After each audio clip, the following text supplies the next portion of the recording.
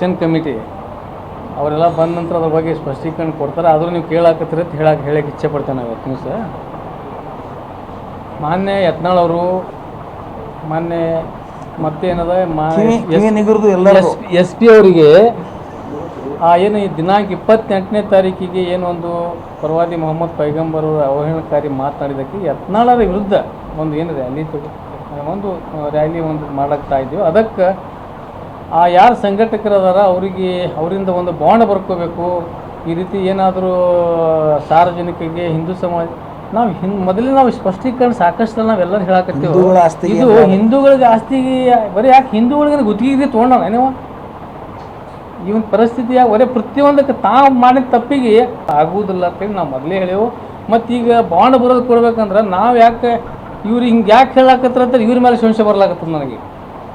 ಯಾಕಂದ್ರೆ ಇವ್ರದೇ ಬಾಂಡ್ ಮೊದಲು ಯತ್ನಾಳವರ ಬಾಂಡ್ ಮಾನ್ಯ ಎಸ್ ಪಿ ಅವರು ಯತ್ನಾಳ ಮತ್ತು ಯತ್ನಾಳ ಚೇಲಾಗಳದು ಒಂದು ಬಾಂಡ್ ಬರ್ಕೋಬೇಕು ಮೊದಲಿಗೆ ಸದ್ದು 28ರ ಒಳಗಾಗಿ. ಮತ್ತು ಆ ಕಾರ್ಯಕ್ರಮ ಮುಗಿಯೋವರೆಗಾಗಿ ಯತ್ನಾಳ ಮತ್ತು ಯತ್ನಾಳ ಚೇಲಾಗಳಿಗೆ ಗಡಿಪಾರು ಮಾಡಬೇಕು. ಯಾಕಂದ್ರೆ ಇವ್ರ ಹಿಂದಿನ ಘಟನೆಗೂ ಇವ್ರದ್ದು ಇತಿಹಾಸ ಐತಿ. ಇವರು ಈ ಹಿಂದೆ ಮಾಡಿದ್ದು ಯಾಕಂದ್ರೆ ಯತ್ನಾಳ್ ಈಗಾಗಲೇ ಕಲ್ಲು ತೂರಾಟ ಮಾಡಿ ಅಶಾಂತಿ ಮಾಡಿ ಕೋಲ್ಹಾಪುರ ಜೈಲಿಗೆ ಹೋಗಿ ಡೊಕ್ಕೊಂಡಿದ್ದು ಕೂತಿದ್ದು. ಮತ್ತು ಬಾಗಲಕೋಟ ನಮ್ಮ ಇವ್ರು ಯಾರು ಮಾರ್ಟಿನ್ ಎಸ್ ಪಿ ಅವ್ರು ಇದ್ದಾಗ ಅಲ್ಲಿ ಹೋಗಿ ಅವ್ರು ಹಿಡ್ಕೊಂಡು ತೊಗೊಂಡು ಬಂದಿದ್ದು ಎಲ್ಲ ಉದಾಹರಣೆಗೆ ಎಲ್ಲರಿಗೂ ಗೊತ್ತೈತಿ. ಅದಕ್ಕೇನದ ಇಂಥ ನಮ್ಮ ಸಂಘಟನೆ ಗುರುಗಳ ಮೇಲೆ ಯಾರ ಮೇಲೆ ಇಂಥ ಇನ್ನೂರಿಗೆ ಯಾವ ನಮ್ಮ ಮುಸ್ಲಿಮಾನ್ ಹುಡುಗರಾಗಲಿ ಅಥವಾ ಇನ್ನಿತರ ಹಿಂದೂ ಸಮಾಜ ಹುಡುಗರಾಗಲಿ ಇಲ್ಲಿ ಹಿಂದೂ ಮುಸ್ಲಿಮ್ ಯಾರೂ ಇಂಥ ಅಹಿತಕರ ಘಟನೆಗೆ ಅವಕಾಶ ಕೊಟ್ಟಿಲ್ಲ, ಕೊಡೋದು ಇಲ್ಲ ಮುಂದೆ ಏನು. ಆದರೆ ಏನೋ ಮಾಡ್ತಾ ಬಂದಿದ್ದು ಇವ್ರ ಉದಾಹರಣೆ ಅದಾವ. ಅದಕ್ಕೆ ಏನದ ನಾ ಮಾನ್ಯ ಎಸ್ ಪಿ ಅವರಿಗೆ ನಮ್ಮದೊಂದು ವಿನಂತಿ ಏನದಂದ್ರೆ ಇವ್ರ ಹಿನ್ನೆಲೆ ಹಿಂದಿನ ನೋಡಿಕೊಂಡು ಇವ್ರದ್ದೊಂದು ಬಾಂಡ್ ಬರ್ಕೋಬೇಕು. ಯಾಕಂದ್ರೆ ನಮಗೇನು ಸಂಶಯ ಬರ್ಲಾಕತ್ತದ.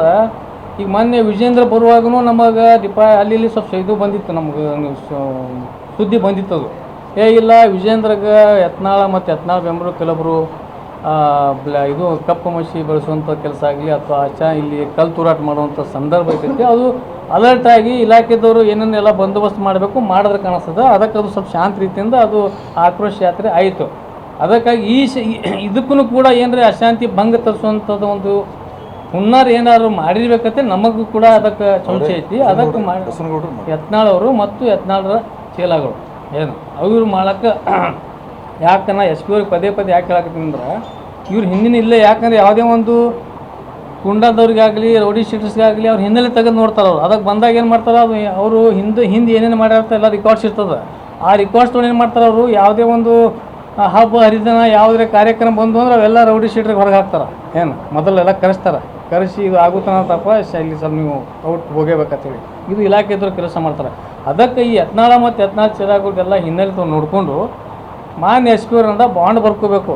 ಇದು ಏನಾರೇ ಆದ್ರೆ ಮತ್ತು ನಾವು ಎಸ್ ಪಿ ಅವ್ರಿಗೆ ಅದೇ ಹೇಳಾಕತ್ತೇವೆ. ಯಾಕಂದ್ರೆ ಮೊನ್ನೆ ನಾವು ಮೊದಲು ಡಾಕ್ಟರ್ ಬಾಬಾ ಸಾಹೇಬ್ ಅಂಬೇಡ್ಕರ್ ಅಮಿತ್ ಶಾ ಅವರು ಅಗೌರವ ಮಾಡಿದಾಗ ಕೂಡ ನಾವು ಹೇಳಿದ್ದೆವು, ಇದು ಏನಾದರೂ ಆದ್ರೆ ಏನರೇ ಅಹಿತಕರ ಘಟನೆ ಆದರೆ ಯಾಕಂದ್ರೆ ನಾವು ಕಾನೂನು ರೀತಿ ಸಂವಿಧಾನಬದ್ಧವಾಗಿ ನಾವು ಇದು ಒಂದು ಹೋರಾಟ ಮಾಡ್ತಾಯಿದ್ದೇವೆ. ಇದರಲ್ಲಿ ಏನರೇ ಆದರೆ ಯತ್ನಾಳ್ ಚೇಲಾಗಳು ಇದರಲ್ಲಿ ಏನರೇ ಆದರೆ ಅವ್ರ ಜವಾಬ್ದಾರಿ ಅಂತ ಹೇಳ್ತೇನೆ. ಈಗಾದರೂ ಅದೇ ಹೇಳಾಕತ್ತೇವೆ ನಾವು. ಈ ವಿಷಯ ಒಳಗೆ ಯಾಕೆ ನಾವು ಹೇಳ್ತೀವಿ, ಮೊದಲು ನಾವು ಹೇಳ್ತಿದ್ದಲ್ಲ ಇದು ಬಾಂಡ್ ಬರ್ಕೊಂಡು ಅಂದ್ಕೊಂಡು ನಮಗೆ ಸಂಶಯ ಬಂತು. ನಾವು ಮೊದಲೇ ಆಮೇಲೆ ಇದು ಅಲ್ಲಿ ಮಾಡಿಸಿ ನಾವು ಮೊದಲೇ ಹೇಳಿದ್ದೇವೆ ನೀವು ಬಾಂಡ್ ಬರ್ಸ್ಕೋ ನೀವು ಅವ್ರ ಸಂಘಟನೆ ಮೇಲೆ. ಯಾಕಂದ್ರೆ ನಮ್ಮ ಮೇಲೆ ಹಾಕೋದು ಏನೋ ಲಕ್ಷಣ ಕಾಣಿಸ್ಲಾಗತ್ತೆ. ಅವ್ರದ್ದು ಏನರೇ ಒಂದು ಕುತಂತ್ರ ಮಾಡಿ ಸಂಘಟಕರ ಮೇಲೆ ನಮ್ಮ ಮಂದಿ ಮೇಲೆ ಹಾಕೋದು ಒಂದು ಏನೋ ಹುನ್ನಾರ ಅವರು ಮಾಡಿರ್ಬೋದು ಅಂತ ನನಗೆ ಸಂಶಯ ಬರ್ಲಾಗ್ತದೆ.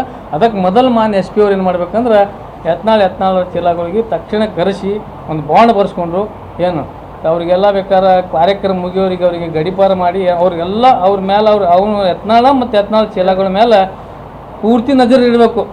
ಎಲ್ಲ ಮುಂದೆ ಇವತ್ತಿನ ಹಿಡ್ಕೊಂಡು ಅವ್ರು ಏನು ನಡವಳಿಕೆಗಳು ಎಲ್ಲೆಲ್ಲಿ ಏನು ನಡೆಸ್ಯಾರ ಅವರು ಎಲ್ಲೆಲ್ಲಿ ಏನದ ಅವರೆಲ್ಲ ನಿಗಾ ಅವ್ರ ಮೇಲೆ ಇಡಬೇಕು. ಪೂರ್ತಿ ಕಾರ್ಯಕ್ರಮ ಮುಗಿಯೋವರೆಗೂ ನಮ್ಮ ಮಾನ್ಯ ಎಸ್ ಪಿ ಅವರಿಗೆ ವಿನಂತಿ ಮಾಡ್ತೀನಿ. ಯಾವುದೇ ಸಂದರ್ಭದಲ್ಲಿ ಬಿಡುಗಲ್ಲ 28ನೇ ತಾರೀಕಿಗೆ ಏನಾದರೂ ಅವರು ಮೊದಲಿನ ಎಲ್ಲ ಇದರಲ್ಲಿ ನೋಡಿಬಿಟ್ರೆ ಬೆನ್ನಿಗೆ ಬೆಂಕಿ ಹಚ್ಚೋದು, ಹಿಂದೂ ಆಸ್ತಿಗಳನ್ನು ಹಾಳು ಮಾಡುವಂಥದ್ದು ಏನೋ ಪ್ರಯತ್ನ ಮಾಡಿದ್ರೆ ಅದರ ಭೀಕರ ಪರಿಣಾಮ ಆಗ್ತದೆ. ನಾನು ಇವತ್ತನೇ ಪೊಲೀಸ್ ವರಿಷ್ಠಾಧಿಕಾರಿಗಳಿಗೆ ಗೃಹ ಮಂತ್ರಿಗಳ ಪತ್ರ ಬರೆದಿದ್ದೀನಿ.